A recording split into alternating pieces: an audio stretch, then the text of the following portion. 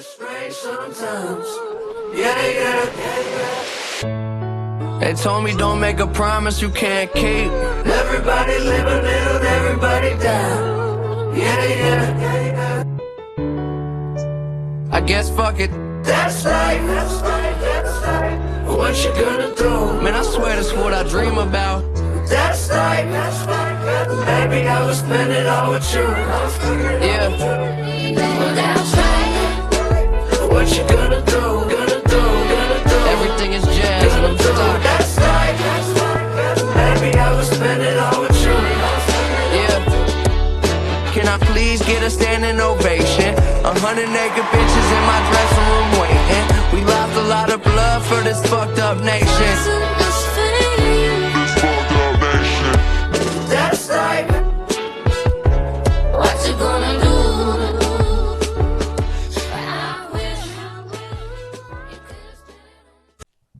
So this has been a long time in the making. Welcome to That's Life podcast.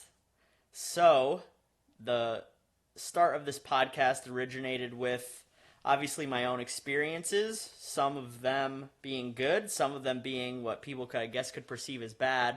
But ultimately, the goal of this podcast is to shed light into subjects that society as a whole needs to work on and our place in helping working on it. Some of the subjects we're going to talk about, like today and specifically, is work, because it takes up so much of our lives, and we spend so much time and energy being put into what we're doing to essentially earn an income so we could provide for ourselves and our families. And we're just going to talk about how that's affected myself. And then I'm also here today with Alison. I'm sure many of you listening know who Alison is. She's my girlfriend, and she'll be on here pretty frequently. But yeah, so I just wanted to thank you guys for joining me for the first introductory podcast, and I really hope you enjoy it. And now here's Alison to give you a little brief introduction into herself. Thank you, Jordan. I'm super excited to finally be doing this with you. It's been a long time in the making, but I'm glad that we're finally getting to it. And this is a topic that you and I already talk about pretty frequently on our own. And so I'm excited to share this with other people because speaking to others in the working force, I know have a lot of commonalities with us and, feel the same way, or, it'll be good to hear other people's perspectives on, their years in the working world and how they feel about it and as a whole. So do you want me to introduce the subject? Yeah, you could go and introduce your subject. You could tell us a little bit about yourself and your experience with the type of work that you do and what you've seen with it and how it's made you feel and how ultimately you think it could be better. But yeah, give an introduction into the type of work that you do. Okay, so my experience with work in the work field, I've been working since I was probably 15 years old, and this week I'm going to be 31, so that is a little over 15 years, and my work experience has varied a lot. So my introduction to the working world was through my parents' business. I first started working summers there when I was too young to get a quote-unquote real job at a place. I had to be 16. So I started working at my mom's restaurant there during the summers. And that's kind of where I learned to do coffee. So it was a restaurant. It was like a lunch spot, but they had coffee drinks, espresso, all that. So my mom taught me how to make coffee. So that was kind of my first experience doing that. But it wasn't actually my first job I don't know what I would say, like for a different company. My first job was called Cosmoprof. So it's like a beauty supply company. And it was basically like a retail store. And I can't remember exactly how much I made, but probably I'm from Washington State. So at the time, I think our minimum wage was already like $8 or $9. So It was higher than the national average. So like, but that to me at 16 was fine, you know? So started working there, didn't work there for very long because I was drinking a lot and partying, and my shift was Saturday morning. So ended up leaving that job and had a couple of random ones here and there until I got into webcamming. And I think that it must have been right after I turned 18 that I got into that, because the internet was kind of blowing up at that time. And so I was on the computer a lot. That interested me a lot more than watching TV. And so I don't know how it came about, but I just found out about webcamming and, kind of jokingly made an account just to hop on there and like see what it was like, because at that time there was chat roulette and Omegle and stuff. So it was like I kind of knew what the whole like live camming was, but obviously those sites are, not actual webcamming. So, but I was kind of getting familiar with it. And so once I started webcamming at a young age, I think the first day I did it, I probably made over $250 to almost $300. And that was just for a couple of hours. And I was trying to think, I can't really remember exactly what to me I thought was a lot of money, because I never knew how much my parents made. Like, so I didn't have like a real set guideline, I guess, of what was quote unquote expensive or inexpensive. Like, they very much kept what they made hush hush. So I was always curious though. I always wanted to know, because at a younger age, I was always taken care of and whatnot, but my parents definitely didn't have the abundance mindset. And obviously at that time, I didn't know what that was. Like, Can you explain what an abundance mindset is? so an abundance mindset is when you understand that there is enough of everything for everyone. So basically, we're not going to run out. Like, we have enough of what we need, and we're not in fear of there not being more of that thing. So in this case, obviously, we're going to be talking about money. So, but an abundance mindset can be about anything. It can be about food, it can be about objects, whatever. But for money, it was very much like you get money and then the fear of losing it or never being able to bring that back in. And so now I understand what the abundance mindset is, and looking back, I can see that they didn't have that, I don't believe. So, but I did see my grandparents, again, I had no number value really to money, but I just knew that they made a lot of money, or that they always had money to give us. I guess I did kind of have a basis, because they would give me a couple $100s here and there for holidays. And to me, a kid, like, it seemed like that was a lot. And so I had I guess You had an example of somebody that what you perceive to be living an abundant lifestyle. Yeah, exactly. And I did hear my family say, like, we can't afford that or something, like I did. But then it would come when I got older, my parents started making a lot more money. And so then they kind of just started, they were making a lot of money, but then they were also spending it too. And so it seemed, as a kid, I was cool with that. So anyways, as an 18-year-old, I did have a little bit of experience working for stores, I also worked at Walmart, but I think that was after, I don't know exactly, but I did work at stores like that. And so I knew what minimum wage basically was. So once I saw what my paycheck was, that, and then going camming and I can make a couple $100s in a day, I was like, this is real. Like, this is real money. And so I realized at a pretty young age that sex sold, and that people would pay to, see you take your clothes off, do sexual acts and whatnot. So it just really went from there. And I had that in my mindset. Actually, that's not true necessarily as because I didn't start camming and then just do that forever. I stopped doing that pretty much because I live with my parents, honestly. So I did it in the summer times when they were at work and I was home. But then I moved with them to Idaho for a whole different reason. And while I was there, I didn't do any webcamming or anything. I ended up working at a Subway when I was in Idaho. But while I was there, I got contacted by this girl that I used to go to school with in Washington, and she messaged me and she was like, "Hey girl, I'm the manager of this like bikini barista stand, and we're hiring, and I just thought you'd be a really good fit for it. And you have a really bubbly personality, and like you're cute and everything." And sorry.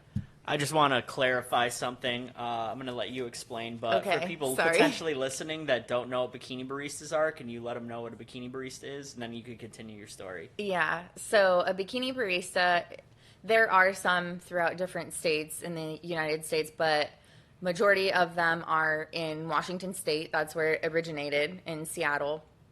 But a bikini barista is literally a barista that you would find at a drive-through coffee shop like Starbucks or something, but we wear like stripper wear, basically. We wear like thong, pasties, sheer lingerie and those kinds of outfits. So it is a coffee shop, but it is technically sex work. And so yeah, it's not like a strip club because you can't come into them. Like there are a few where people can, but the majority of them are drive-through. So you just drive through, the girls looks cute, whatever, makes your coffee, you have a good conversation with her, and then go on your merry way. So that's what a bikini barista is. And at the time, she was working for a stand that was, I believe it was a costume stand. And so there was different ranges. Like when they first started, I think that they first came out in 2009-ish. So they're still fairly new. I mean, now they've been around for a while. But at that time, this was 2013, I think, when she hit me up. And I like lit up because the fact that she reached out to me and I was like, you think that because I didn't necessarily idolize them, but I knew that it was in my city. Like I knew what they were. I knew girls that worked at them and they were super cute and I knew that they made a lot of money. And so when she reached out to me, I was like, you think that I would be good at being a bikini barista? And so I got excited, but I messaged her back. I was like, I'm so sorry. Like, I would love to, but I live in Idaho. So I wasn't able to, get the job right away. But then that was in the back of my mind.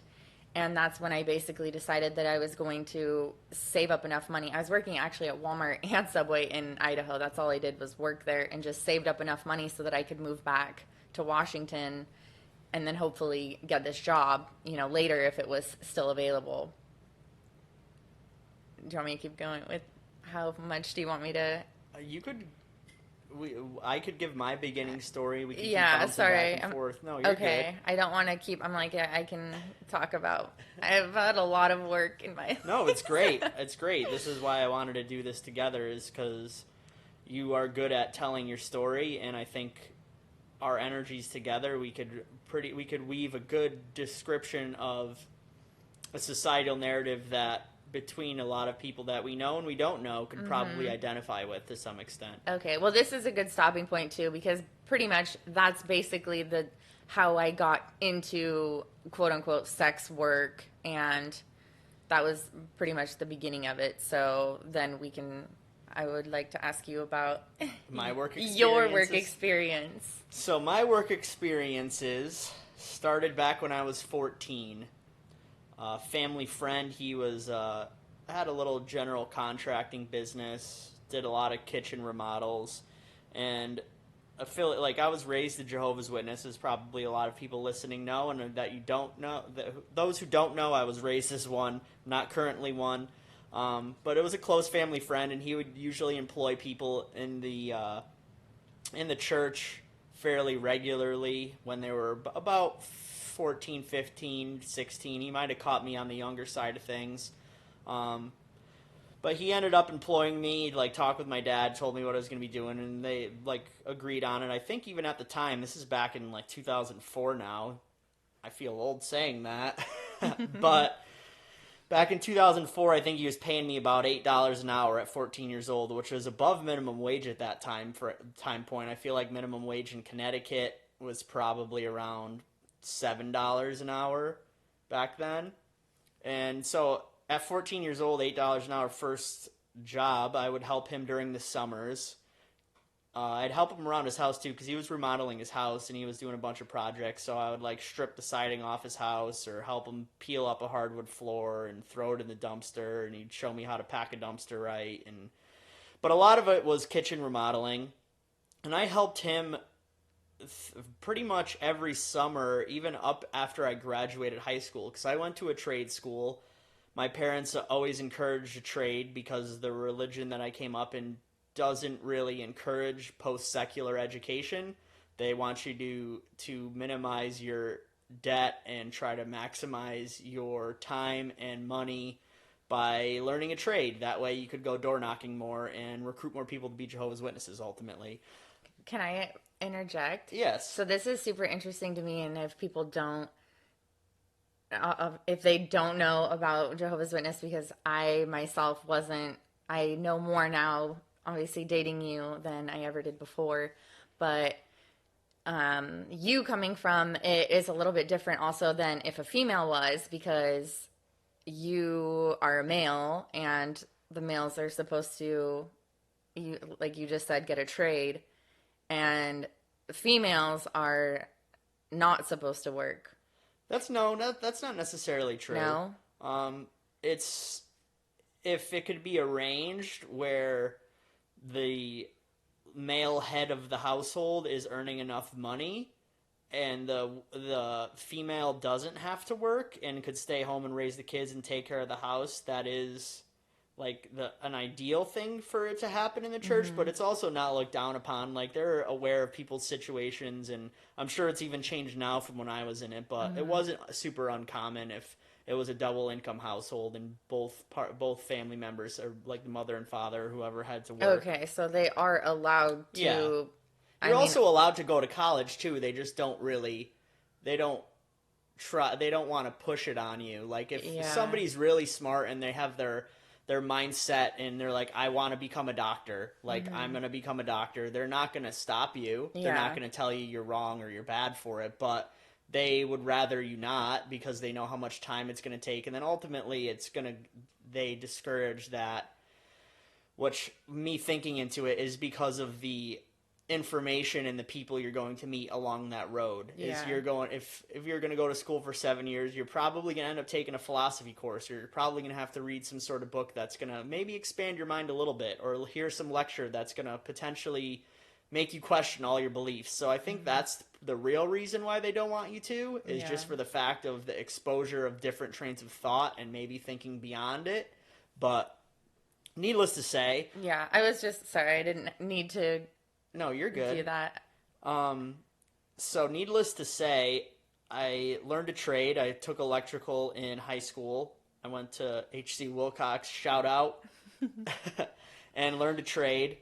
And it was good that I learned the trade, and I was kind of pressured to an extent to do so, but also it was like making my parents happy. And the friend group I had, the friend group I had at the time was either went to trade school, in trade school, did some sort of trade, so it fit that narrative, that societal narrative I was participating in, and it made me feel good that I was doing it.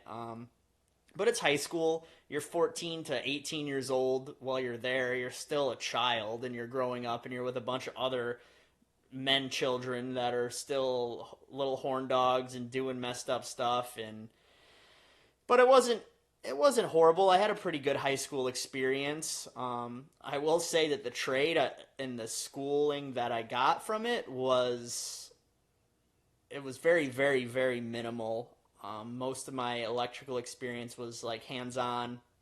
I was encouraged to get into the electrical union after high school. My shop teacher, he was part of the electrical union before he became a teacher, and he like always spoke very highly of it. I think not at the time that I had him as a teacher, but early in his teaching career, he would work the summers at the electrical union, and he loved it. He thought it was great.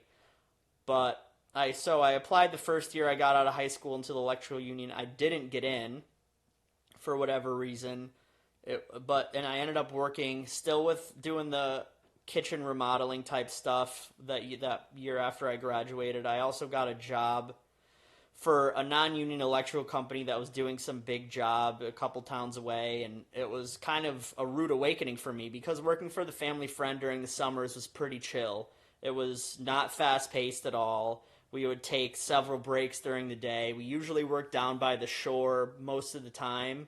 So we would always go to some like elaborate seafood restaurant and have like a great lunch, and then come back and sit in lawn chairs for a couple hours. And I would usually be home by like the latest 4:30, 5 o'clock every day, and he would pick me up at like 8:30, 9 o'clock most days. So it was a pretty relaxed atmosphere. We'd listen to whatever music we wanted and talk all day and laugh. But getting into this non-union electrical job pretty much fresh out of high school. I want to say I graduated June 2008. Got this job November 2008 as well, same year. And I had to drive, it was like a 40-minute drive one way, and I think the start time was 6 a.m.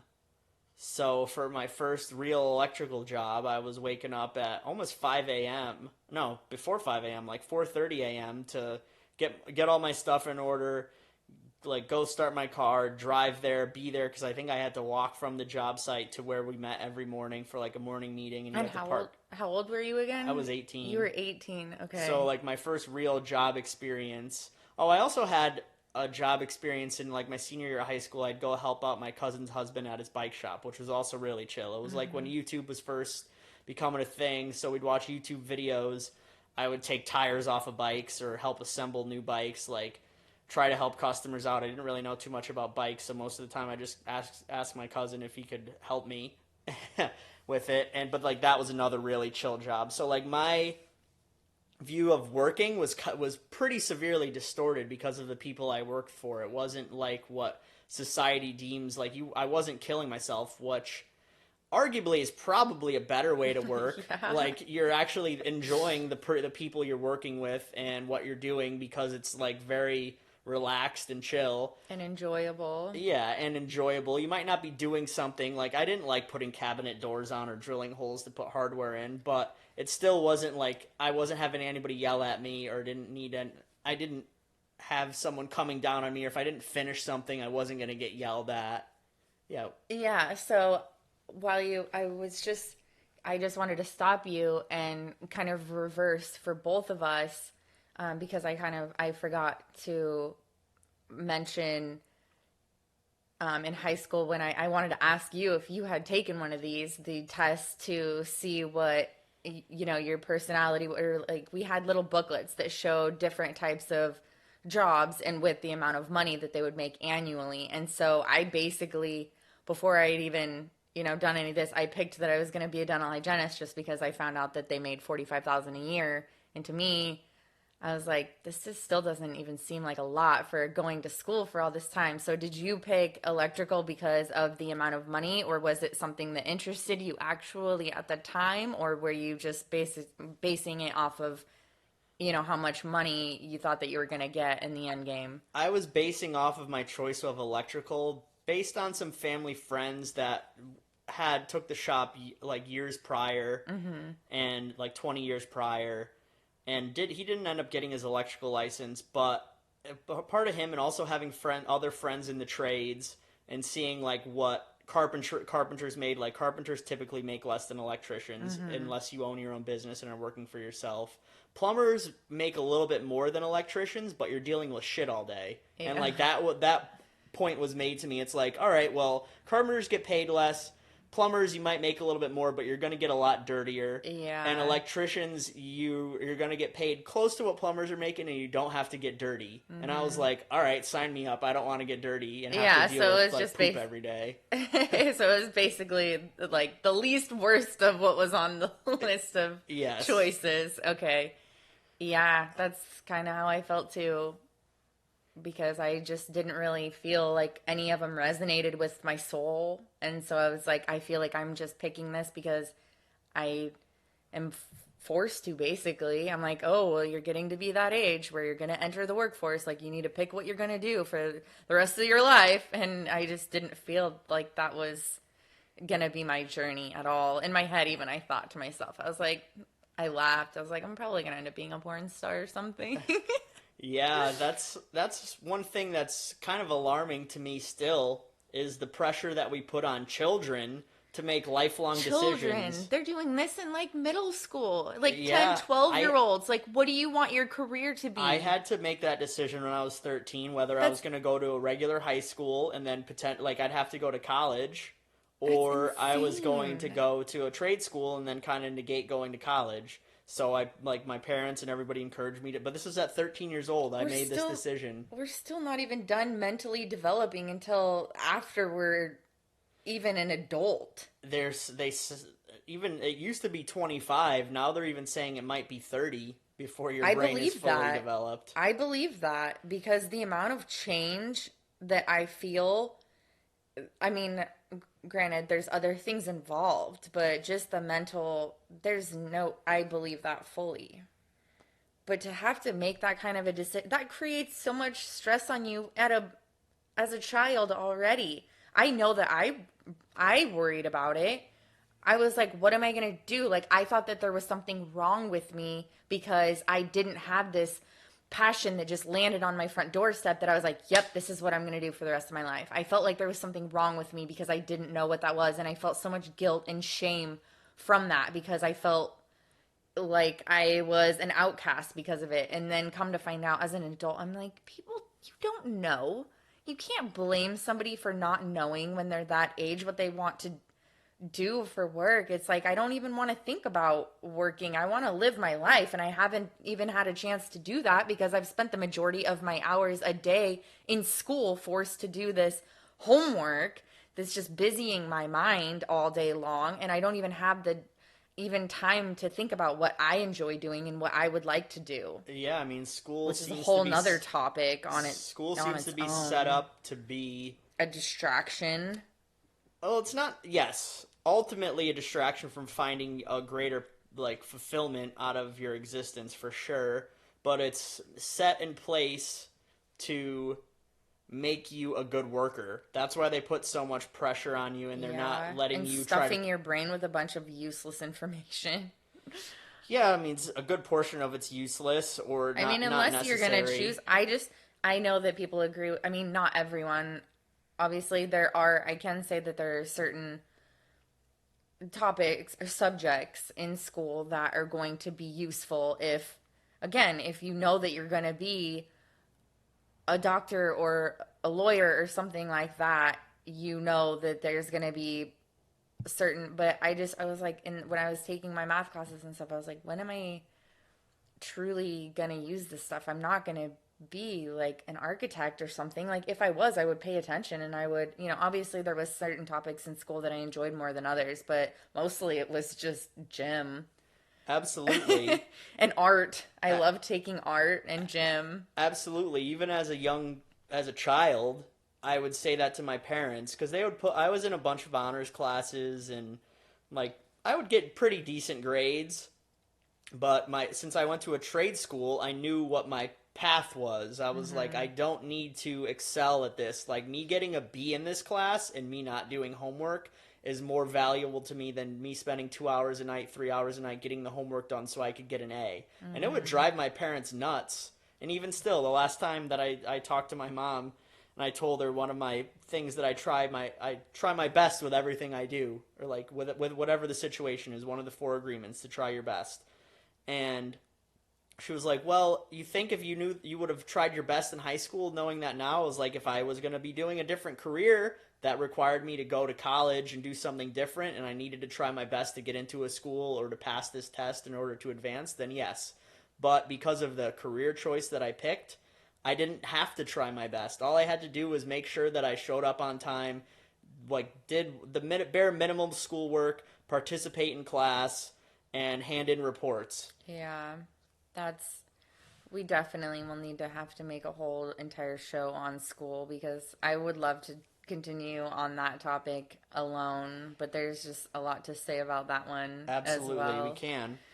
But back to the topic of work. Yeah. I'll catch you up to about where you were with Okay. about your age with work experience. So 18, I was working that job, which was a rude awakening, having to wake up that early and drive that far to work all day. I believe we were working. It was 10-hour days too. It wasn't just a normal 8-hour day, and it was working. I think they didn't take lunch. They took 2 breaks because there was we could actually be there for 10 hours. So if we started at 6, we could leave at 4, opposed to taking like a 9 o'clock coffee break and then a lunch, and then technically you'd have to work till 4:30. So there was like some little loophole they were trying to work where we took a 15-minute coffee break at 9 o'clock, and then I think we took another break around like noon, and then we worked till 4, this was baffling to me coming from my past work experiences where we would take, depending the day, we would either take a 2-hour lunch or we would take a morning break and a lunch,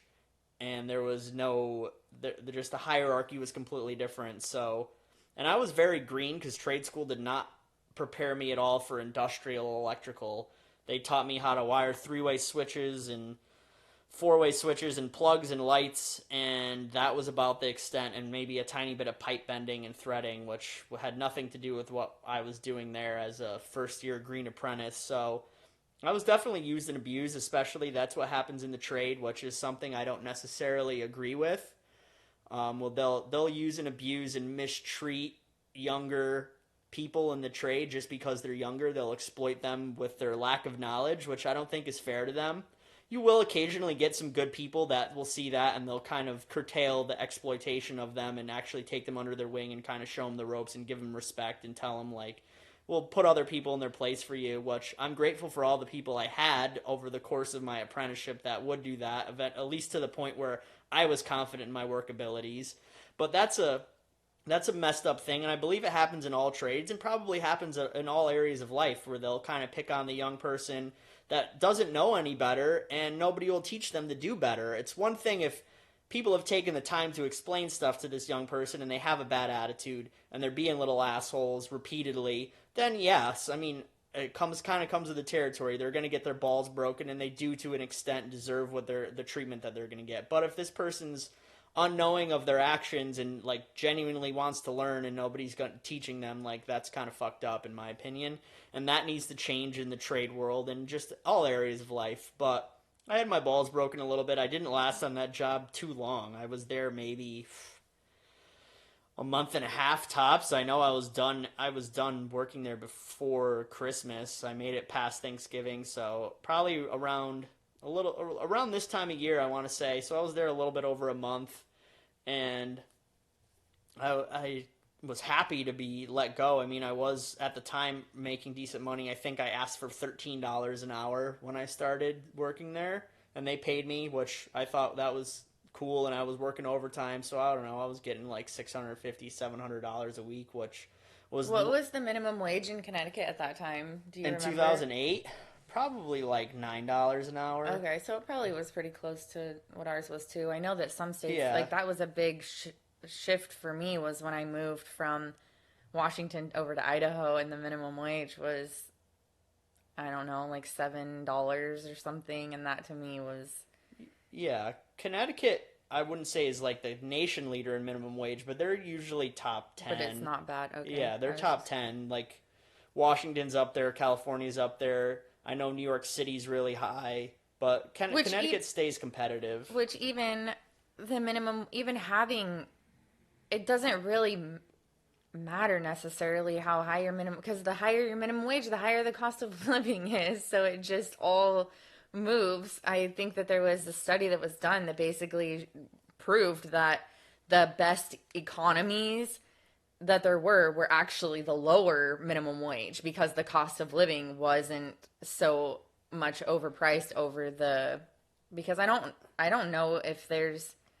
Well, the whole reason for minimum wage even being a thing is because when it was first implemented, that was supposed to be the bare minimum to make to earn, like, you'd earn enough money to be able to pay for all your needs. You'd be able to pay all your bills, pay your rent, And it's not. Well, due to inflation and There's the way that the economics is ran in this country, that was, I don't know how long that lasted, where you could earn minimum wage and be able to provide for a family, but it hasn't been in our lifetimes. No, never. It would be nice.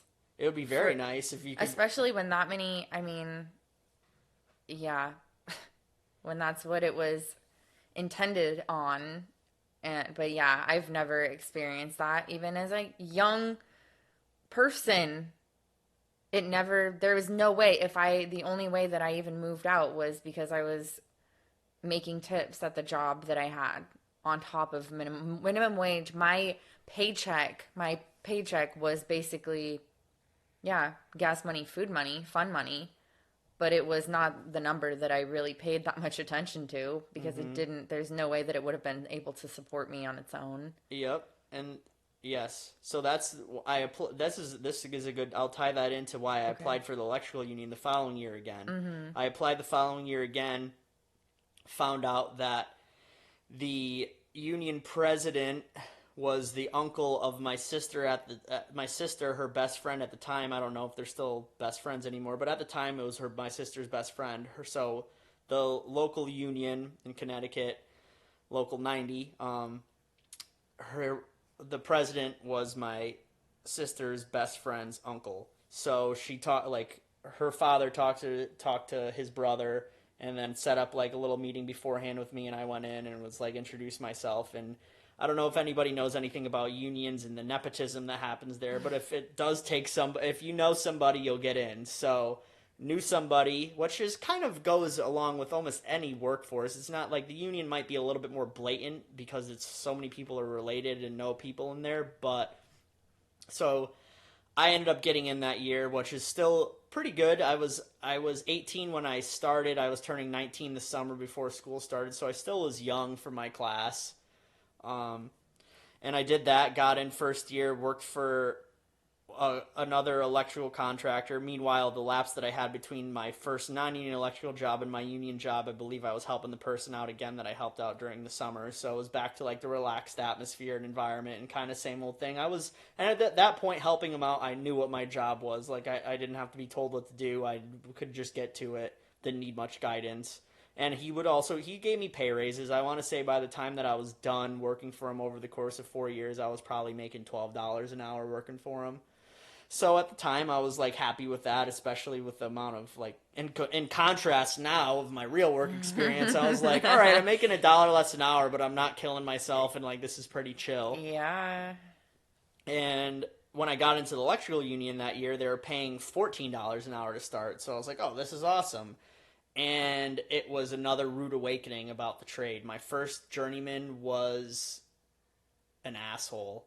He was horrible, and it was a smaller company, so it was just me and him every day. And I was still green because nobody took me under their wing and wanted to explain anything to me. And we were working in a parking garage putting up lights, and I didn't know too much. Like, I didn't know what was going on. He didn't explain too much. He wasn't a good teacher by any means. Didn't give me the whole gist of what we were doing or why we were doing it. And then it would just pretty much tell me what to do, but never give me an explanation. So I didn't see the bigger picture, so I didn't know what the next steps were. Yeah. And I only lasted there for like 3 weeks and got laid off. And I didn't realize, being in the union, layoffs were very common. And it definitely had to do with my greenness why I was laid off, because I'm sure I would have stayed a little bit longer if I had more experience, but it just didn't work out that way. And I was laid off after 3 weeks, which was like shocking and hurtful. And I thought like there was something wrong with me, because I was like, I got in the union, I got this job, and I only lasted there 3 weeks. I was only at the last electrical job for 5 weeks. Like, what's wrong with me? And so I like went to electrical union school, which they make you go 2 nights a week for 5 years. I ended up getting a second job that year, working at a high-rise in New Haven. I believe it's still the tallest building in New Haven at this point, working there. And I worked there for maybe another month and a half. And I was just thinking about this the other day. Well, when I did that, my first car, it ended up having a bunch of issues at once, and I was like getting rid of it, and my father was like, well, we should probably go get you another car since you have a job. Like, let's go. And I found this little Toyota Tacoma 4-wheel drive. Loved it. It had like 40,000 miles. Great little truck. And at the time, I don't know, they were asking like $13,000 or $14,000 for it, which was a good price. And I went on a Thursday. I think my father put a deposit down for me. And that Friday, I got laid off. And I was like devastated. We had to cancel the deal on the truck, and I was like so sad about it. And I was like, "What's wrong with me? Like this, like how come I can't keep a job? I don't know what's going on. Like I'm trying my best, and it just is. It was rough." And I proceeded on. I ended up going back and working for that company in the spring. Had a little bit better of an experience, but that goes back to I think a topic we're going to keep expounding upon is. I was working with journeymen and in a crew where the people would actually take time and teach you and explain stuff and show you what to do, and were like understanding and actually like they saw the value in teaching you because you knowing what you're doing is helping them do what they were doing better. So that was probably the first time that I worked with a crew of people that actually were mindful with how they treated me and like what we were doing and explaining stuff and making sure I was doing stuff safely in the right way and would show me things. And then I was like, okay, I think I lasted there for a couple months. And when that layoff came, I was laid off with a bunch of other people. I wasn't just like a singled man out. So I felt a little bit better about myself. I was like, all right, well, like 10 other people got laid off. It wasn't a personal thing. It doesn't, or at least it didn't feel personal. Yeah. And then I worked for another company I wasn't out too long, like a month or two later. And I think at that point I could start collecting unemployment because of all my accrued stuff. So at the time it was kind of cool. I was earning like $300 a week doing jack shit. Yeah, so unemployment became a normal thing for you. Yes, okay. At a young age, unemployment became a very normal thing for me at a young age. And is it hard when you know? Because I'm not going to talk too much about I've never been on unemployment myself, but I do remember when I was probably 16 or 17, but I was dating someone that was 19 or 20, and he was in the union, and he was working for a different company, but it wasn't the same, it wasn't electrical, but he would get laid off all the time, and so he would always be calling and doing this unemployment stuff, and I didn't really know too much about it, but that he got money, and it was hard for him to go back to work because he was like, well, I'm just getting paid basically to do nothing, and then there's loopholes, and so it's like, it's just interesting to me that is, I don't know, it was... was it hard for you? Like, once you saw that you could do that with unemployment, were you like, oh, I just want to do this, like, if it's available to me, or did you not abuse it like some people do? We could define the word abuse, because then it's... Well, yeah, I shouldn't say abuse would be, in the eyes of a societal narrative where we're expected to work and not pursue other things we're passionate about or like doing, and you're supposed to go get a job the first second somebody calls you and you need to take it, like, then absolutely I abused it, because I would be like, I want to go on a vacation, or I have this coming up. And I also learned, too, the more confident I got in my abilities and skills, I was like, oh, there's side work that could be done. Mm-hmm. Let me start doing side jobs. And, oh, wow, I just spent one day doing this side job and I earned $500. Like, that's half my paycheck that I would have earned, or probably more than at the time, half my paycheck, what I would have earned doing this for somebody else. And I would use side work to supplement my unemployment.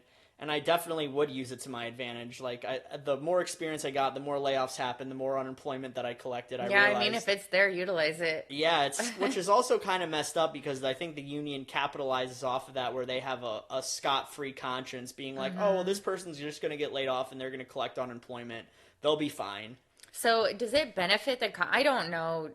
I probably sound naive about this topic because I can't speak on what I don't know, but does it benefit the company in that way because they're just paying less people and you're Well, it does. They're ultimately paying less people. They're not paying into your health insurance. They're not paying into your pension. They're not paying into your annuity. They do have to pay into a unemployment fund, which I don't Okay. necessarily know how that works in from state to state. It's probably based on the number of employees you have to contribute so much into the unemployment fund. But the electrical contractors in the union, they pay into it because it's part of like a stipulation of you being a union contractor. Yeah, okay. So laying off is not, you're not getting fired. No, you're It's not just getting. there's like not So enough work they have for. good slips and bad slips in Connecticut. What the slip you'd always want to get is it would say lack of work.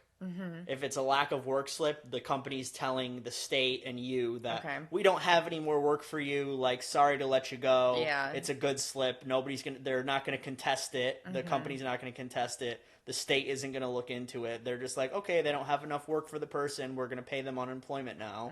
So I never had a problem getting the unemployment ever. Even my first couple of jobs, even though I was kind of singled out with my layoffs, I never got a bad slip. They were always just like lack of work, which was probably, it was good and bad. They probably looked at me and was like, oh, he's a young kid. He's green. He needs to learn. He's not learning on our watch, but we're not going to like fuck him over and give him a bad slip. So, What was your longest period of unemployment? well, that goes into when I probably got hurt. In the union, my longest period of unemployment was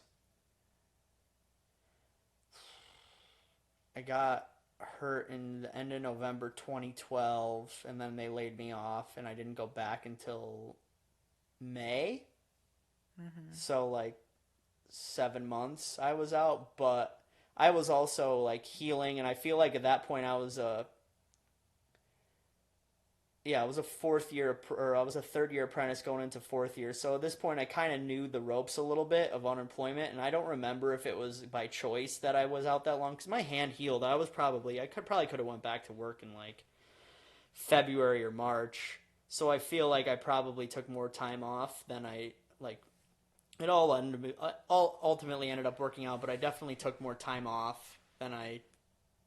While you were working, do you remember having feelings of just not wanting to at all Absolutely, pretty the much. whole time? Oh, not the whole time. There was some days that were better than others. My longest run with a company in the union was almost 2 years, and with that company, it had its moments because we worked out on the docks in New Haven.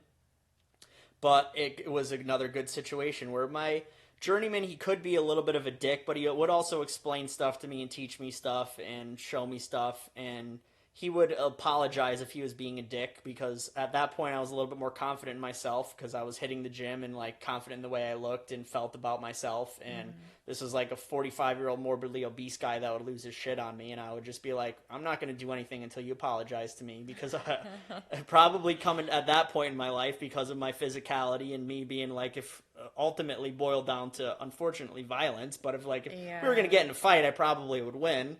At least that's what I thought at the time. So I would make him apologize to me, and like we'd go on with our days. So some of the days I would be like, "This is fucking horrible," and other days he would come in like hungover and wouldn't want to do anything, and he wouldn't necessarily be hungover, but he didn't like to work because he was a rather large man, and it was strenuous work if we were doing it. So sometimes we would take 2 hour coffee breaks and then we'd take a 2 hour lunch. So some days I would only actually physically do any work an hour or two out of the day. We would go drive to down a street somewhere and we'd take naps. So it was pretty obvious that you all basically just felt like you had to be there. Yeah. Yeah. Okay. But I was getting paid for it. There was some days we would bust ass and we would work. We would work when we had to, which definitely aligns with me.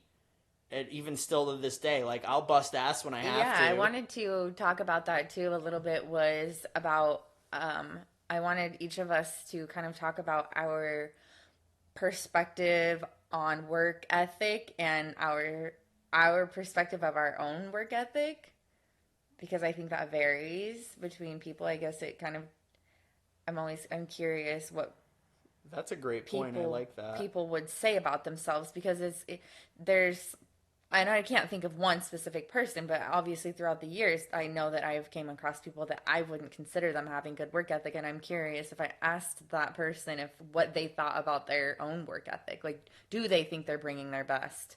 So I'll ask you what you consider your work ethic, or what, I guess maybe where you learned your work ethic, or what you consider. So at this point, I would say my work ethic is the best it's ever been. Mm-hmm. In the past, even through all the electrical union stuff, it would really be dependent on who leadership was. If it was somebody I liked and respected and tasks needed to get done, I would absolutely give my best and do my best and ask questions just because I felt supported and heard and seen and appreciated. Mm-hmm. If I didn't feel that way about a job, I would definitely milk it. I would take my time. I would care to a certain extent because I knew my name was on it, Mm-hmm. but I didn't care about a timetable that it had to get done and it's also negative because of the union, where a lot of my narrative that I was running at the time was like, I could do a great job and finish this, and when I finish this, I'm going to get laid off because they're not going to have any more work for me, so I might as well make this last and Okay. not kill myself. Yeah. Because as soon as I get done, they're going to go, oh, here's your lack of work unemployment slip, hit the road, see ya, thanks. So I would say my perspective shifted towards that once I started doing more side electrical work for myself, and ultimately having to hold myself accountable to do jobs at certain times and get the job done because I had another job the next day, or I had an engagement that needed to be accomplished the following day, and just being able to be free to do that. So that required me to actually put a mindful, diligent effort in every day. Like, all right, this is going to take me 8 hours. They're going to get every bit of 8 hours of work, and then also being in a position where I potentially had other people I had to explain stuff to and lead them. Like, the best way to lead is by example. So I'm not going to tell somebody they have to do something if I'm not willing to do it. So that's definitely when my perspective shifted, and I had kind of a better awareness of my work ethic and the way that I should work. But yeah, how about yours? How do you think your work ethic is now, and how do you think it's developed through the years?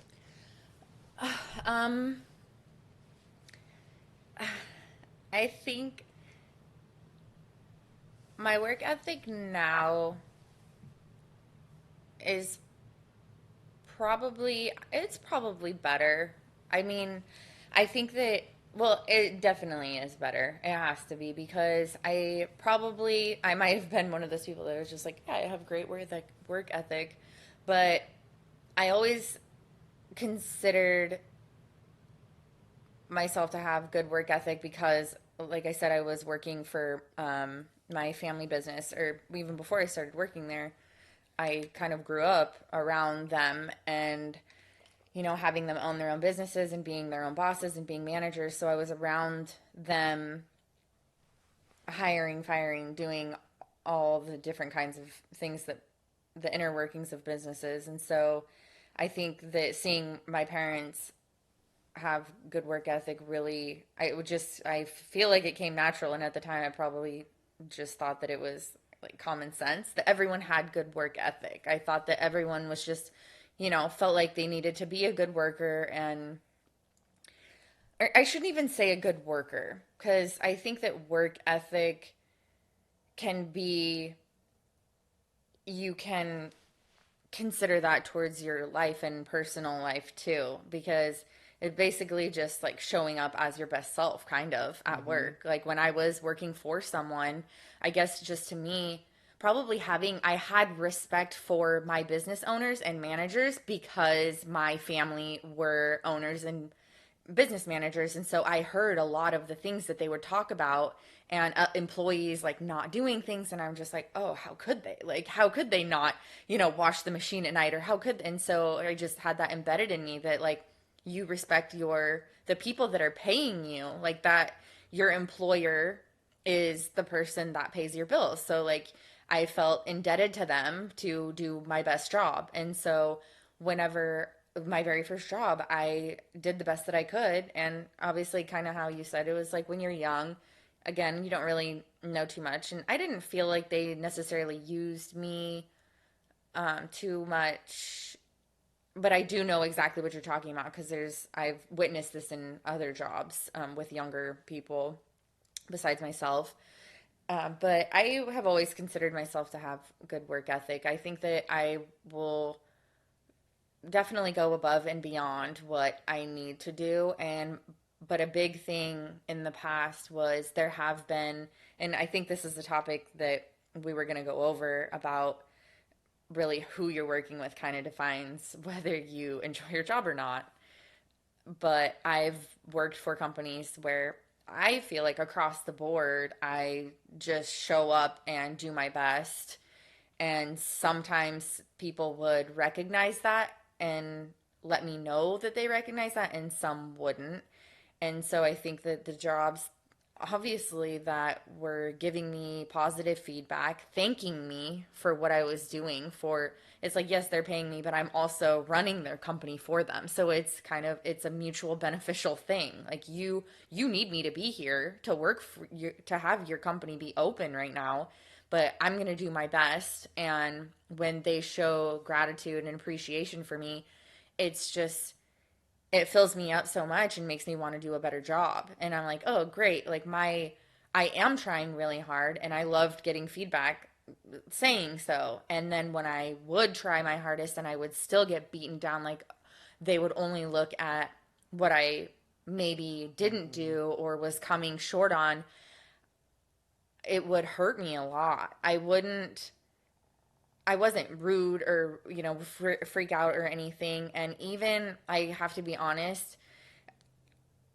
you kind of, being with you, it's taught me, well, I shouldn't say it's taught me, but I had in the past, like before we were together, if somebody was not appreciating me, I feel like I would try harder and I would go overboard to like try, I was seeking that validation so much from them and needing that thank you.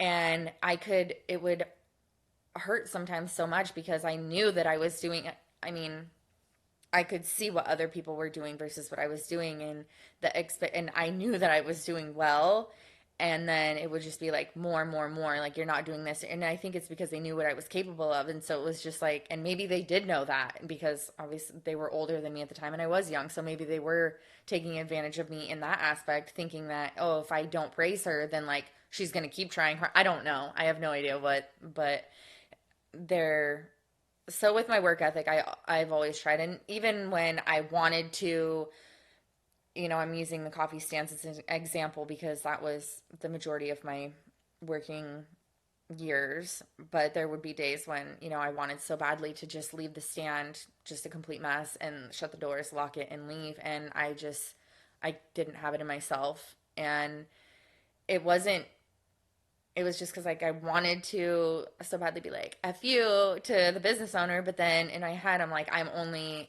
like fucking over my coworkers because the girls that comes in after me is the one that's gonna have to take the wrath of it, and it's not her fault. And so I guess it kind of just depends on the situation, like your workplace, because anything that I did, like that wouldn't bother them. I mean, it would obviously bother them if I had closed early or something, but if I left the stand messy, it might they might not like it that much, but it really isn't affecting them as much as the next person that's working, or if I'm running late or something, because they're obviously not the ones that are there. But yeah, and I've managed people too. Well, you manage people too, and I learned pretty quickly that not everyone's work ethic is the same. Maybe it's just me talking myself up, but I can't say no one, but there's been few people that I can think of that would outwork me. But I think that's why we're managers. It's the same thing with you. I know that you have great work ethic, and just being in that position, I think respecting it and knowing to be a leader and showing other people that, and not just to be a good little worker, but it makes me feel good when I go above and beyond and do what I'm supposed to do, because it comes with me when I don't. If I leave it half-assed, I can't leave anything half-assed. And maybe it's because I don't know how long ago, but a decent amount of time ago, there was this quote that says, how you do one thing, parentheses, most of the time, is how you do everything. And so basically how you do one thing is how you do everything. So however you show up is pretty much how you show up. So if you're half-assing it, that becomes habitual. So then that becomes, your normal. And so I just was always afraid of that. And so I was like, even if I'm mad at them, even if whatever, I'm just going to keep showing up. And I felt like it would pay off eventually in the long run. And most of this, it's different too, because like I said, with different workplaces, because I worked mainly by myself for my whole working life. So it's different when you're on a team. I mean, we had a team, but at the actual, when I was actually working, I was very solo. And so I always just thought that the more I showed up, the more I would get out of it, because I'm the one that's reaping the benefits. So if I was working my ass off and doing good and doing everything I was supposed to and going above and beyond, I was making more money because of that. And so kind of with the energy thing, what I was putting out, I was getting back. Mm-hmm. And I just always tried to do that. And I felt like it worked. Yeah. I mean, I think that my work ethic personally ramped up when I felt more responsibility. Like, I realized what I had to do, and first off, by leading by example, and then also just the response, if this doesn't work right, or isn't fixed, or doesn't go how it's supposed to go, it's going to come back on me. So you need to do your absolute best while you're here to make sure that doesn't happen. And I don't necessarily know if that's a good thing or a bad thing, because there are some times where I probably do a little bit too much, and there's other times where I'm actually doing it the right way, and it is more labor intensive or more involved, but it should have been done that way to begin with, and I'm there at the time, so I need to do that, and it is what it is. The place that I'm employed at now, I don't necessarily think they always deserve that type of treatment based on how they treat their customers and treat their employees. It's one of the most mind-blowing experiences I've had at this present time working for a company. Even off all the electrical companies I worked for that laid people off and ran through people and maybe mistreated them and played some funny shit with the union, hiring people they shouldn't be hiring, letting go people they shouldn't. This still takes the cake with the favoritism and the way that employees are ultimately treated and not thanked. And the customers on top of it, it's a customer-based environment, and how they treat their customers with the lack of respect and honesty and ultimately workmanship to begin with. It's alarming. I mean, I'm grateful for the position I have now, that I get to try to help these people and change their experience so it's a little bit more positive. But I don't know if it's the way the world's going. I don't know if this is just my experience now, which is pushing me to better things, which that's definitely it now that I'm saying it out loud. But it's still mind-blowing. But this I think we could segue into the topic that we mentioned a couple times, but dive into it, because the thing that has made the silver lining in all of it, why I'm still working here, is because of the team that I do have, that I'm in immediate contact with, which makes a night and day difference with when you're going to work, even at a shitty place. I could have the shittiest boss in the world, which he's arguably up there, but it's the people that I have working with me are great, and I enjoy them, and and it makes the day, we get to commiserate together, but also work towards a common goal. Is there something that you wanted to say? I was just going to say that. I mean, yes, I love this topic that we're moving into, but it does kind of tie into the work ethic thing, because I don't want to say I feel guilty, because I'm oh yeah, I always have good work ethic, but I can't. I also enjoyed what I was doing though.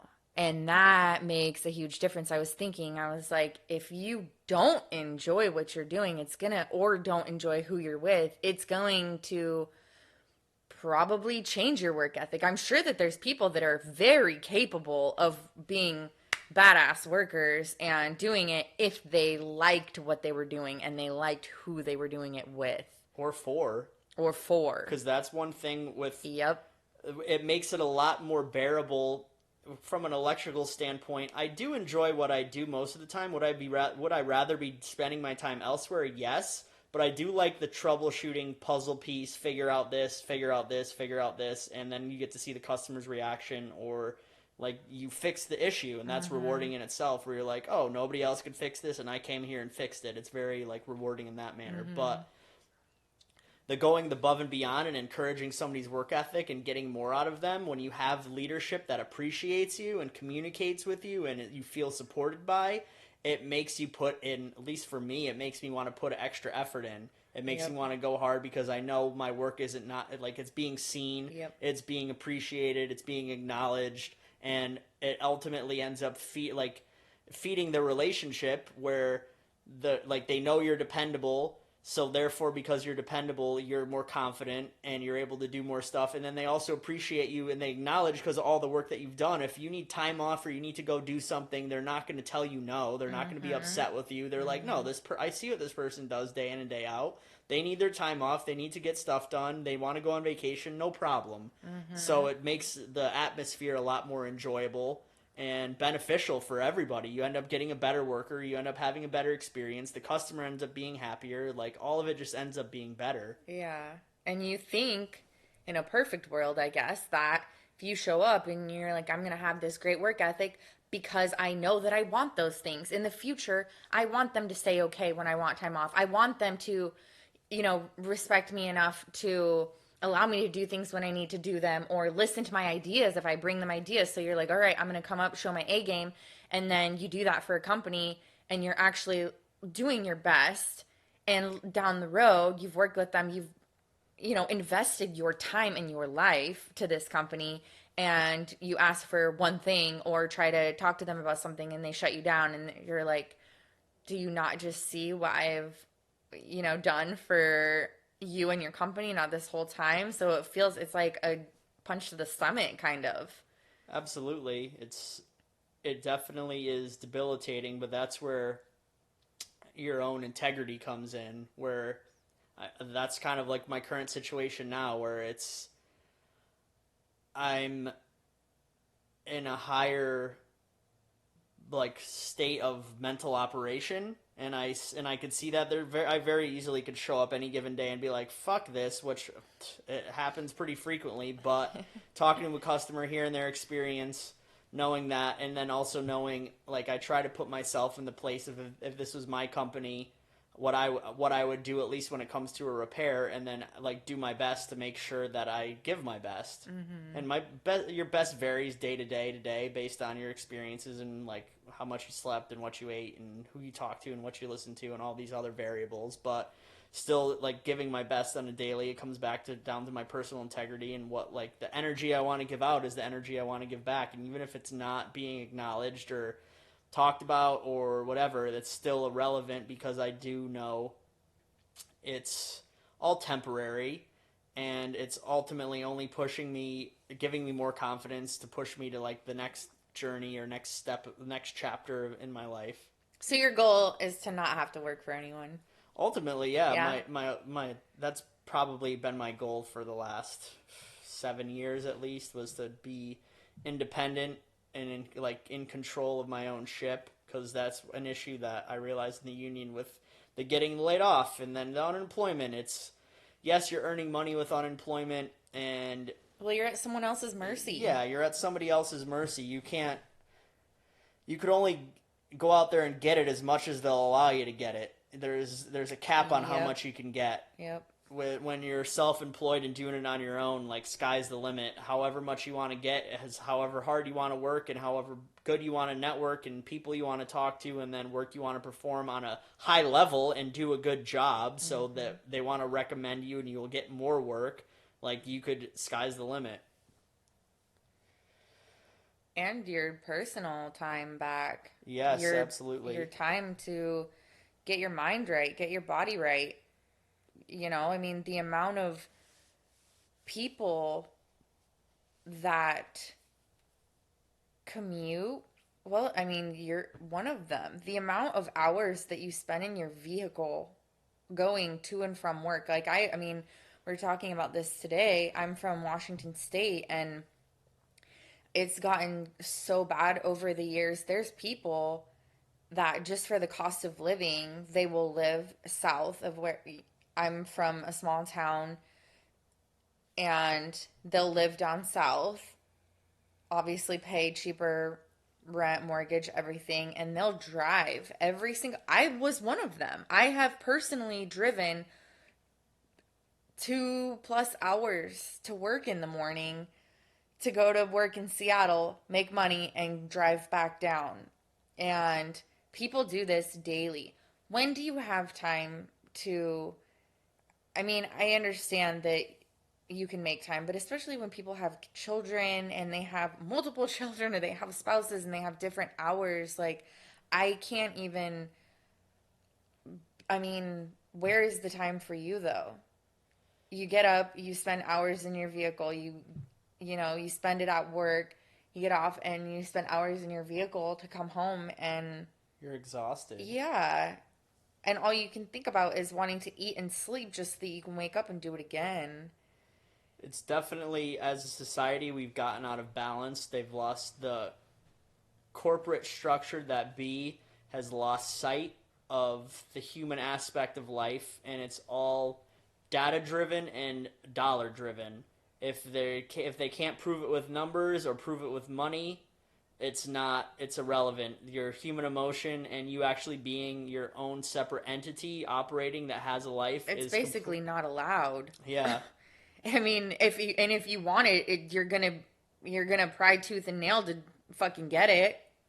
I mean, and for myself, I can honestly say that's probably the thing that I am the most grateful for in the line of work that I do, is being able to set my own schedule and not have to answer to somebody, and if I need to take my own time off, that I can, because that's a blessing and not a lot of people have that. And I literally wake up and I think I'm grateful every single day. If I don't write in my journal, most days I do, but I will make a gratitude list of the things that I am grateful for, and that is very high on that list. Because I mean, my parents, very good example. It breaks my heart that they are almost 60 years old and they don't even have enough. I mean, I don't want to say that they don't, because I feel like they could make time, but in their minds, they don't have the ability to even leave their jobs for long enough to come visit me. Yeah. Living, and it's so hard to watch. And my main goal in life has basically been to just be financially free to the point where I can get them to stop working.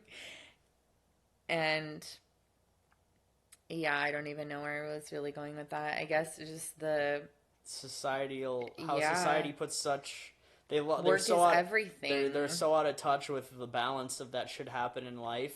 Because I do feel, even if a different structure, everyone's going to need to contribute in a different way. That being said, your contributions are going to differ upon what your skill set is or what you're going to do.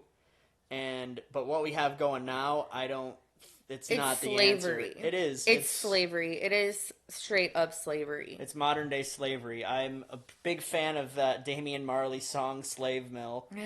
I sing it. I sing it some mornings on my way to work, just for the fact of the lyrics really resonate with what's going on. And people don't have a choice, though, or at least we perceive we don't have a choice. We think we don't have a choice, and because it's all we see, it's all that's talked about. All their friends are doing it. We were mentioning this earlier before.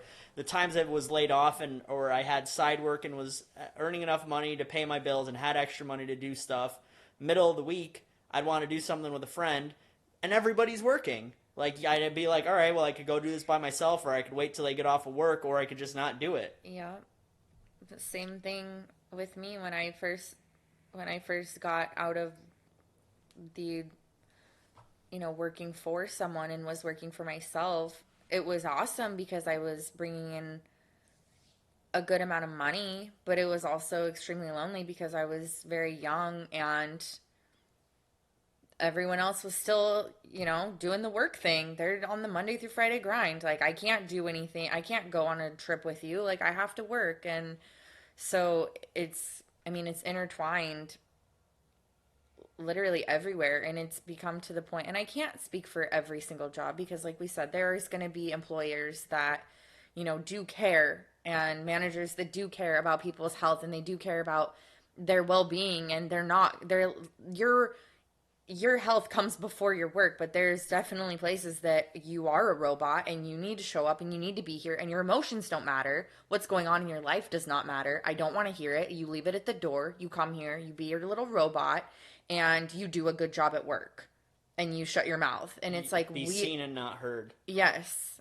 And we are not mechanical robots. Like, we are just not. We have so many different parts to us, and that was a whole nother thing that we were talking about, kind of about the length of time that you are at work. And so there's actually been studies done that say that the amount of output that you can do in the first half of your workday is great, and your brain's on point, and if you're sleeping enough and whatnot.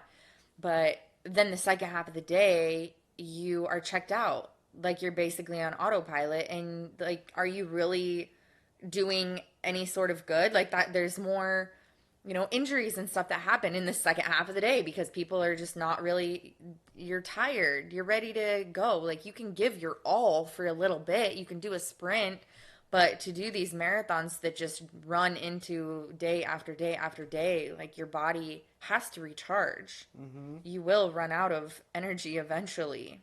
Absolutely. They're just the lack of awareness towards other people. That makes me question there has to eventually you have to get to a top somewhere where somebody is aware of that, and they're just so disconnected and so distorted from what's happening that they don't care because their own selfish interests or greed is getting fulfilled. And it ultimately all comes back to their own lack mindset. Because if you have a lack mindset, then you're going to consistently be like, I don't care by any means necessary, whoever I got to step on, whatever I got to use, whatever I got to do to line my pockets with enough money so I feel safe.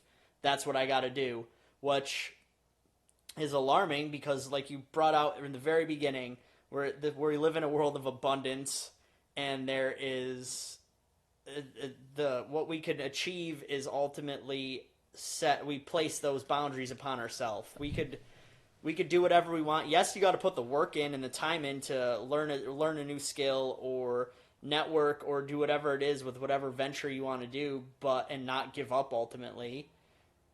But it's not. It's never ending. If you're going to continue to put in the work, you'll eventually make headway. Yes. And something that came to mind was, I'm going to kind of tie in The Secret and everything to this. So,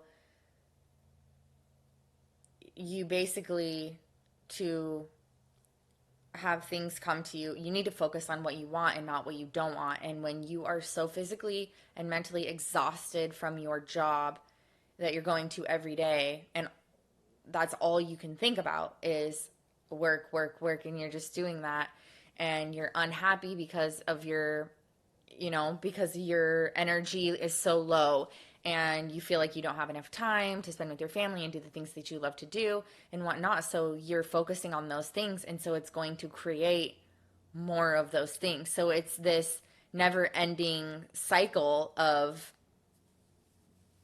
doing it day in and day out. And so if you can have the time to I mean, meditating is amazing for this, but if you can stop thinking about those things and you bring yourself back to center and then you start focusing on like, what do I want? You start daydreaming. You start thinking about what life would be like on the other side and focus on, going and traveling, like focusing on bringing in more money, because when you are in alignment, then that's when those things are going to come to you in abundance.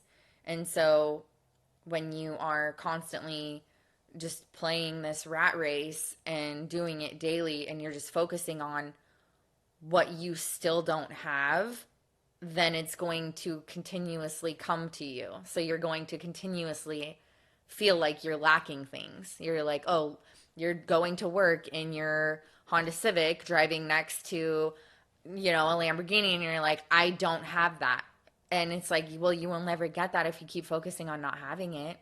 And so you need to focus on the things that you do want and focus on the things and appreciate the things that you do have to get to that place, which is hard to do when you don't have the energy to even think about what you want for dinner when you're literally just at work and you are playing that role in your mind. I mean, it's kind of like with the school thing. You're so busy doing. Mm-hmm. And this is another quote. We are not human doings. We are human beings. And mm-hmm. people don't have the time to just sit and be. Mm-hmm. And when you just sit and be, then that's when the ideas start to come, and that's when when you can visualize a better life. But when you're too busy caught up in this game that we play with work that we feel like we are indebted to, then you'll do that until your deathbed. Yep. And I'm watching it happen to people, and it's heartbreaking. That's what society has pushed on us, though, is I know a lot of people that can't just sit still and not do anything. If they're sitting still, they're anxious and they're worried, mm-hmm. or there's something going on where they can't just sit there. Like, how about you go sit in your backyard for 3 hours and just stare at the trees? I think that a lot of people are even addicted to it. They might not like it, but they know that it's somewhere for them to be, to preoccupy their time, because maybe they are too afraid to sit with their quiet minds and think about what they'd rather do. They're like, no, I have this job, I need to go there. So it gives them, something to do. A distraction. 1,000%.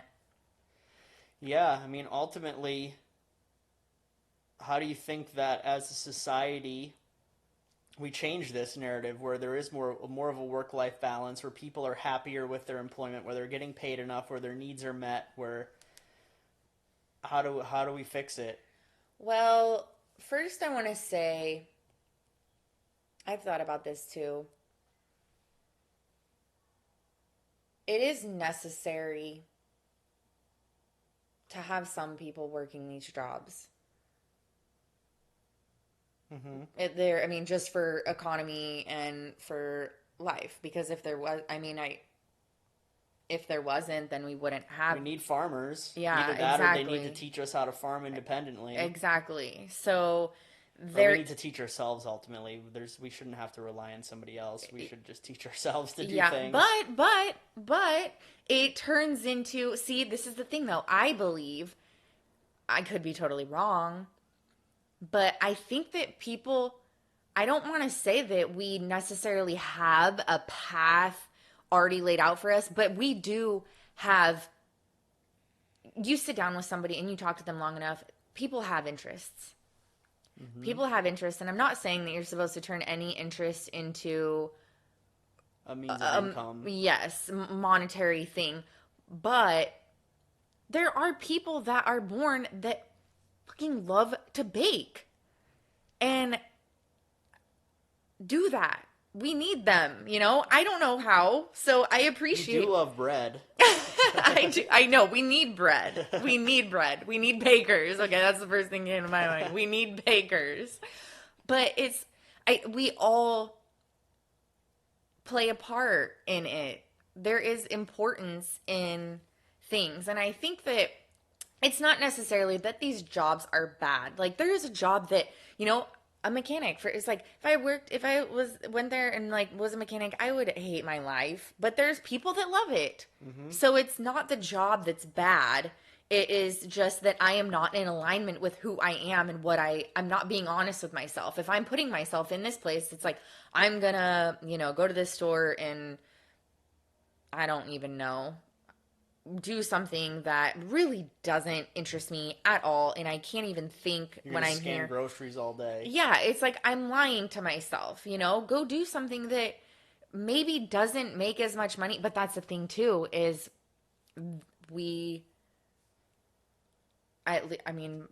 going back to the beginning of our conversation. At least for me, I can't speak for everyone, but a lot of the time we just want to pick the thing that pays the most, and it doesn't matter what that is. Yeah. But if you can find something that you actually enjoy doing, I do feel like in the end game, if you can be patient enough and wait it out, you will end up earning more from that. Whether it be just joy or, if you're in alignment, man, you not only will be happy with what you're doing on the day-to-day basis, but when you're happy is when the good stuff starts coming in. It just starts flowing in, because if you're going to quote unquote work every day that you love, but you're so happy, you're like singing in the car and you're like, yeah, I can't wait to get there. Like, I'm so excited for who I'm working with and who I'm working for and like all the money that I'm going to bring in and it's like the universe is going to start sending you people that are going to change your life forever. The universe is going to start, you're going to hit every green light. Your cup of coffee in the morning is going to be the best you've ever had. You're going to see like these beautiful animals. All these things are going to, if you are happy. But if you're not, then you're going to lose your keys in the morning. You're going to spill your coffee. You're going to be focusing on like, oh, I can't wait. Or like, I don't want to go to this place. Like, I don't want to see these people. It's like, do you really want that just for like $2 an hour more? Or like $5 an hour? Is that really worth it? It's like, I don't know. Yeah, so I think to bring this fully together and like I agree with everything you're saying. You focus on the good stuff and the good stuff gets better. You focus on the bad stuff and it doesn't go away and it potentially multiplies. Gets worse. Yeah, whatever you focus on gets bigger and bigger. So that's where this I'm grateful for this podcast and this opportunity to talk to you comes in, because I feel like focusing on the good stuff, which is how I kind of always want to end these, is the changes that could be made on a personal level to help with these issues. And through this conversation and thinking into it beyond this podcast, I do feel like a lot of personal accountability is where it comes in. It all starts with yourself. You need to be accountable. If you want better, you need to do better and go seek better, whether that be learning something new or just putting yourself out there to be able to receive something better. But it all starts ultimately with yourself. And then how to fix it on a larger scale is, if you're doing your best, is to contribute to a community. Because because of the way everything is structured now, it's so globally structured that it's hard to, like, you're not going to go be a baker. You're not going to go be a farmer. There is some accountability for myself as well, where it's like, yeah, I probably should learn how to bake bread. I probably should learn how to plant certain trees and fruit and vegetables just for my own general knowledge base to be able to, like, eat food. And I think it would taste better if I grew it myself. But the way it's set up now is like, I don't know where these tomatoes came from. I didn't grow them. I'm never going to meet the person that grew them. they're just there. So I think it really comes back down to supporting your community and finding your place in your community. I mean, it doesn't have to be something like a baker or a farmer. Maybe you're an artist, or maybe you just There's help so other many. people do things, and you help them make whatever they do better. You help them get to their why and dig into their purpose and passions a little bit more. But whatever it is, you getting involved more with your community and making it so, like, on an individual level, you're not so globalized. Your global outreach, or not, I don't want to say global outreach, your global necessity is minimalized. And if situations change and say the whole global economy was to shut down, you already have a little network and a little community set up where you're like, all right, well, I know so and so's a carpenter, I know this person's a plumber, I know this person, they've owned a restaurant, this person has a farm, like this person is an artist. You have your own little network, and then in the meantime, while it still is a global economy, you all like you create those bonds and friendships and help them develop their skills as they help you develop yours, and support all one another. So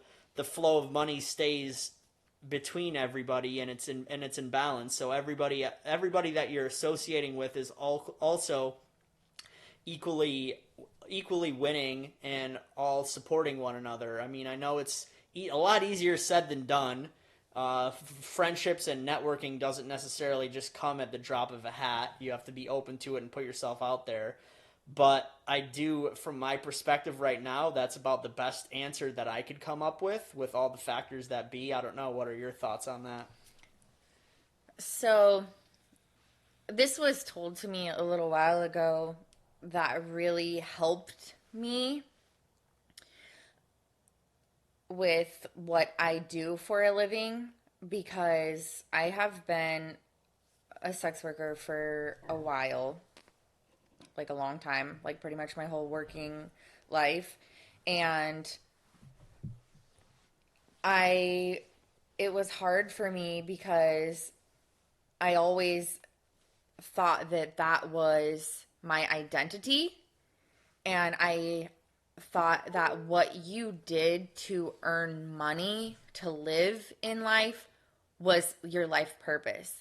And they can be the same thing, but they don't have to be. So I do think that if you are going to choose a job, a place to earn money, to support yourself, I think that it's probably in your best benefit to do something that you enjoy doing, but it doesn't have to be end all be all, this is my life's purpose.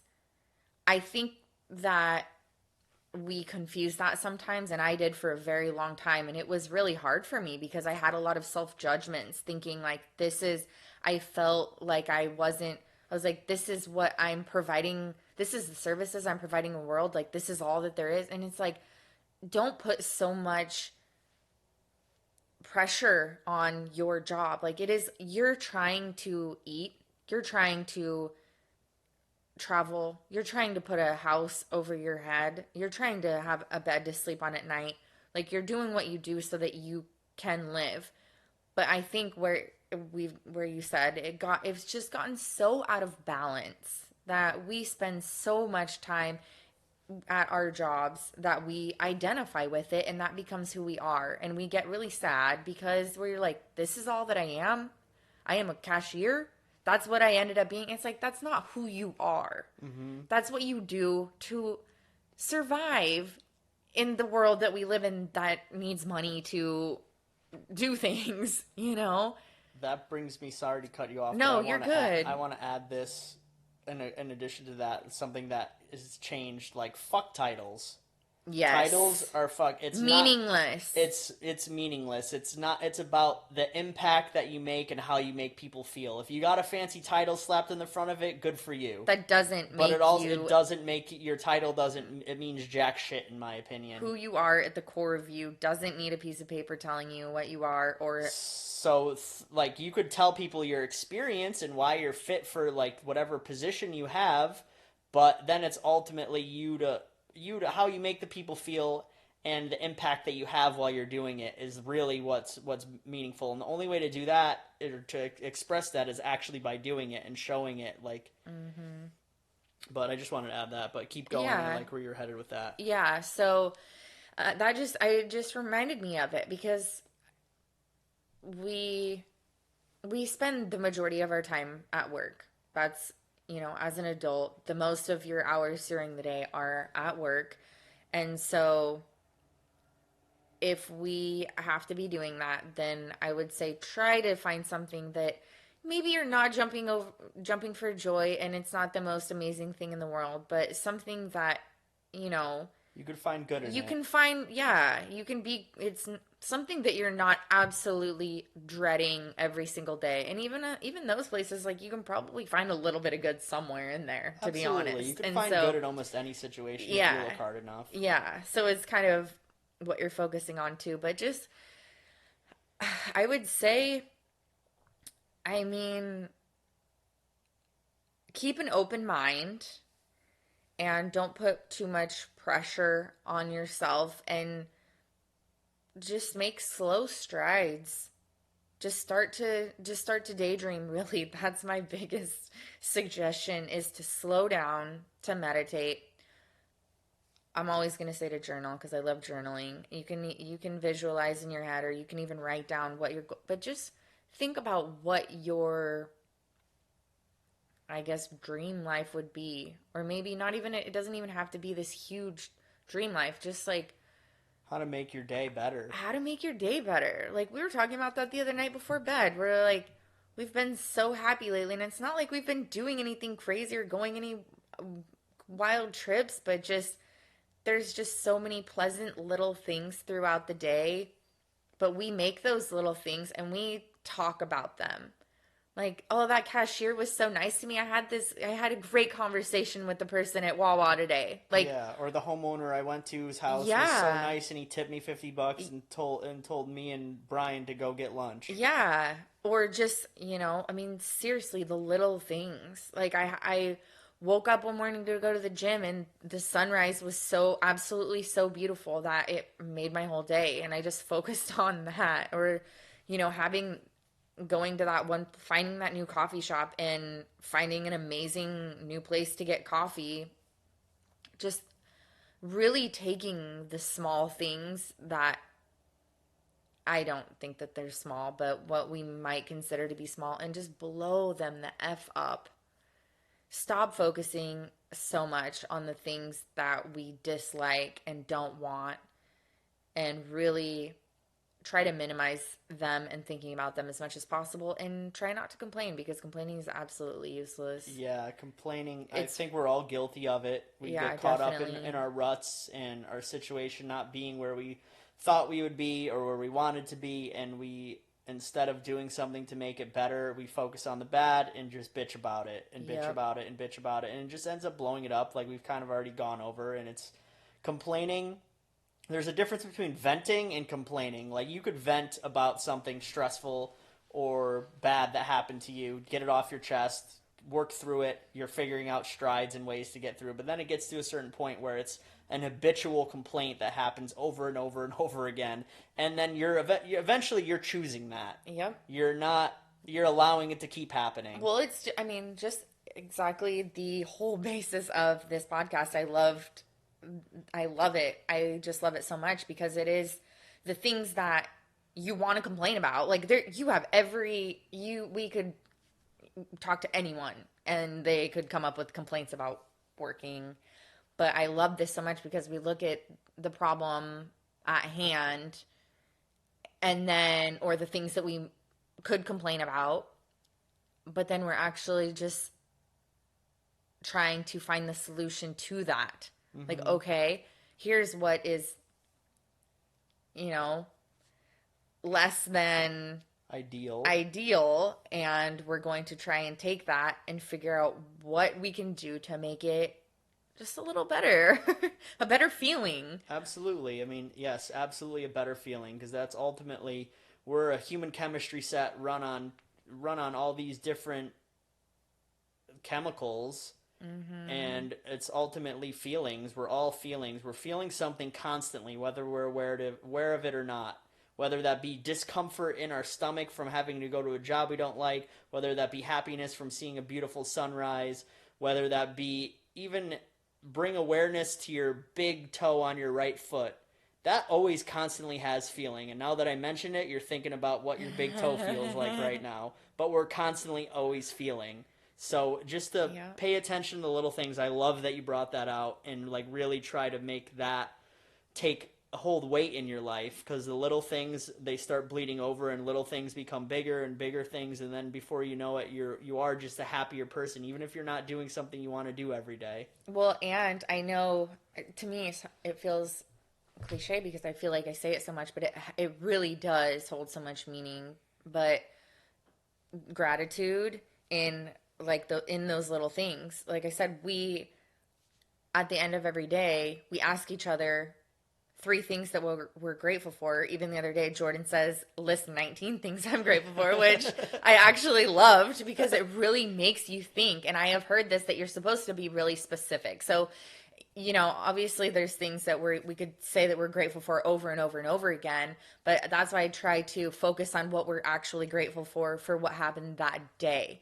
And it could be something as small as, I'm grateful that the cats let me sleep in today, or I'm grateful that it wasn't super cloudy, or I'm grateful that the line at the coffee shop was short, or, the really specific things. Or I'm so grateful for how freaking delicious our dinner was last night. Thank you, Jordan. But just the small things. And, but why I wanted to say gratitude was that you can only focus on one thing at a time. So if you're focusing on gratitude and you're building that up in your head and you're feeling, gratitude makes you feel good when you start really focusing on the things that you're grateful for.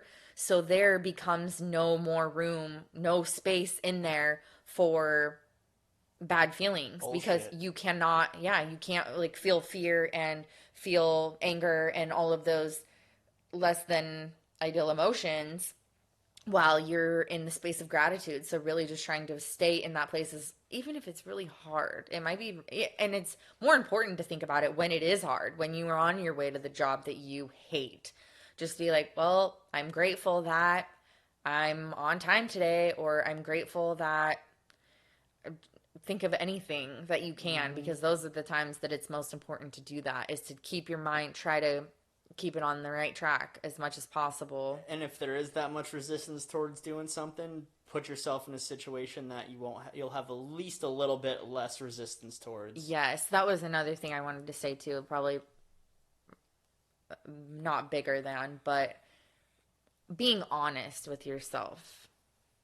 When you stop and you really, you're not talking to anyone. You don't have to, but just sitting by yourself and really asking yourself the hard questions that you haven't maybe asked yourself before.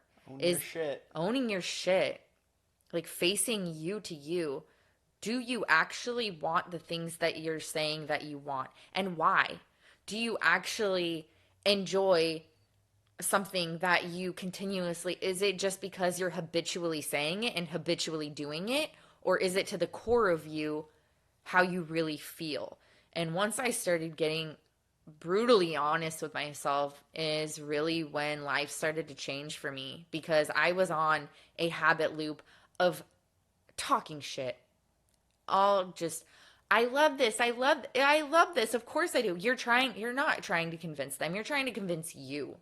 You're trying to convince yourself, and it's never going to happen because the internal you knows the truth. And so until you finally admit that you've been lying and admit how you really feel, and then you click into place, and then the two of you are in alignment, that's when stuff starts really happening. Absolutely. I love all that. You're absolutely correct with that. Own your shit and just be honest with yourself and strive for better. But I want to wrap this up. I really want to thank you for joining me. And this is going to be a continued thing. I know you're going to be on a lot. We're obviously together a lot. So we have a lot of good conversations off microphone that I'm like, oh, we should have a podcast about this. We should have a podcast about this. So I wanted to really thank you for your insightful thoughts and words. And I really hope that everybody got something from this, and I'd love to have some audience participation when I start posting this stuff on Instagram. Like, you guys comment maybe topics or suggestions pertaining to the podcast you listen to or future podcasts. I would absolutely love that. Do you have anything you want to add? Do you want people to find you on any social media? Do you want to what do you want to add to this before we wrap it up? Yeah, I just want to say thank you very much, and I really just want to say that I'm proud of you and I'm proud of us, because this is something that we have talked about for a very long time, and just to be doing it is so exciting. And I'm sorry if this was really long, and I think that, yeah, it makes me really happy, because we have amazing conversations. That's why I fell in love with you, because the deep, like, I love the deep conversations, that just the harder things that people have a difficult time talking about is just comes so natural with you. And it's honestly kind of weird to talk to other people sometimes, because my natural state is like, oh yeah, I would just have these deep conversations all the time. Like, that's what's normal. So I meet somebody, I'm like, tell me your past traumas. Like, tell me, tell me how much you hate the working life. Like, but yeah, I just want to say thank you very much. And I very much enjoyed myself, and I'm so excited for all the episodes to come. And I hope that people enjoy this as much as I've enjoyed making it. Yeah, with I'm you. so grateful that we get to have these conversations, and Yeah. thank you for doing this with me. And I know this is the first of hundreds, if not thousands, that we'll do together. Yeah. Oh, I do want to post my, I'll put in my little social medias here. I won't say all of them, but at least follow me on Instagram, where you can follow all my stuff. Actually, I think my Instagram and my YouTube channel, because you can do handles on there now, are the same. So it's the Alison Avery, TheAlisonAvery, and that's on Instagram and YouTube. So go follow me. Yeah, definitely. Go check her out. The podcast, it's That's Life. I'll post the link on my normal page, which is Big Love Mindset. And now that I mentioned Big Love, I'm going to tell everybody I wish you guys all big love. Big love. And we're out.